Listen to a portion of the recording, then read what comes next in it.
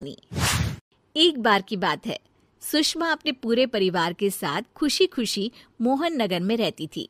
उसकी 2 बहुएं थी, पल्लवी और शिवानी।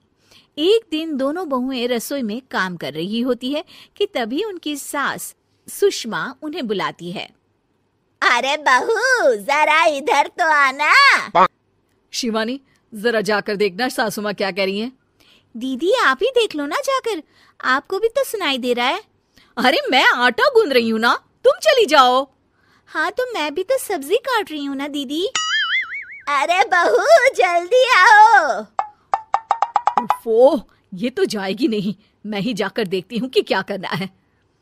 पल्लवी सुषमा के कमरे में जाती है। जी मम्मी जी, क्या हुआ?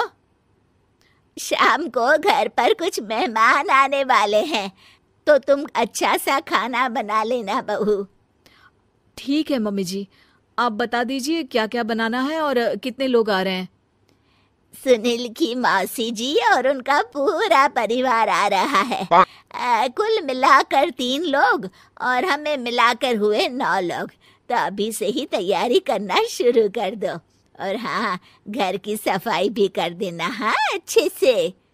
जी मम्मी जी, सब काम हो जाएगा, आप चिंता मत कीजिए। पल्लवी शिवानी को घर में मेहमान आने वाले हैं इसके बारे में बताती है। क्या 9 लोगों का खाना बनाना होगा, घर की सफाई करनी है? बाप रे, सासू माँ ने तो हमें घर की नौकरानी ही समझ कर रखा है।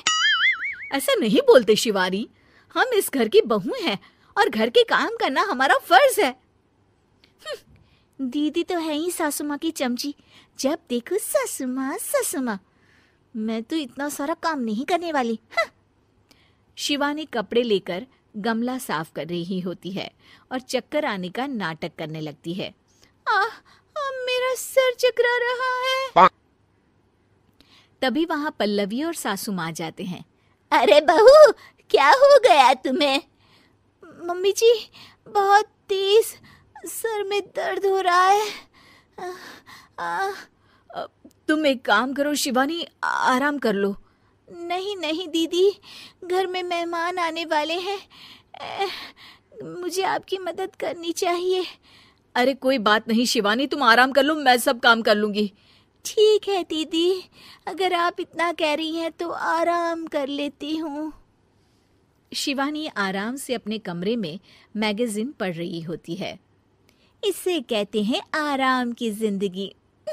इतना सारा काम। चलो, सारा काम खत्म हो गया, शिवानी को देख आती हूँ। शिवानी अपने कमरे में ईयरफोन में गाने सुनते सुनते सो जाती है और उसके साइड में मैगजीन भी रखी होती है। पल्लवी वहां आ जाती है और वो सब देखती है। ओहो, तो मतलब सब काम चोरी का बहाना था। अभी बताती हूँ इसको। घर का सारा काम मुझे करना पड़ा और ये महारानी यहाँ मैगजीन पढ़ रही है, गाने सुन रही है। पल्लवी रसोई से एक प्लेट और चम्मच लेकर आती है और शिवानी को थाली बजाकर उठाने लगती है। शिवानी अचानक से उठती है। उठ गई महारानी, गाने भी सुन लिए, मैगजीन भी पढ़ ली। तुम तो बहुत बड़ी झूठी निकली शिवानी। तुमने सर दर्द का बहाना बनाया ताकि काम करने से बच सको। हाँ, बनाया बहाना, तो क्या करती? इतने सारे काम करती। मुझे कोई शौक नहीं है चापलूसी का। क्या चापलूसी? तुम्हें लगता है कि मैं सारे काम चापलूसी के लिए कर रही हूँ? और नहीं तो क्या। तभी वहां सासू माँ आ जाती हैं। अरे बहू, वो लोग बस आने ही वाले हैं, तुम तैयारियां कर लो। जी सासू माँ, तुझे तो मैं बाद में देखती हूँ। सब खाना खाने बैठते हैं और खाना शुरू करते हैं। तभी सुनील की मौसी बोलती है। वाह भाई वाह, खाना तो बहुत ही अच्छा बना है सुषमा जी। एक एक चीज में क्या स्वाद है। ये सुनकर शिवानी मुंह बना लेती है। उसे अपनी जेठानी की इतनी तारीफ रास नहीं आती। आपकी बहुएं तो बहुत ही अच्छा खाना बनाती हैं। हाँ, बनाती तो दोनों ही अच्छा है, पर आज ना ये सारा खाना बड़ी बहू ने बनाया है। छोटी बहू की तबीयत ठीक नहीं थी, सो इसलिए। मानना पड़ेगा सुषमा जी, आपकी बड़ी बहू तो बहुत ही गुणवान है। पल्लवी की तारीफ सुनकर शिवानी को जलन होती है।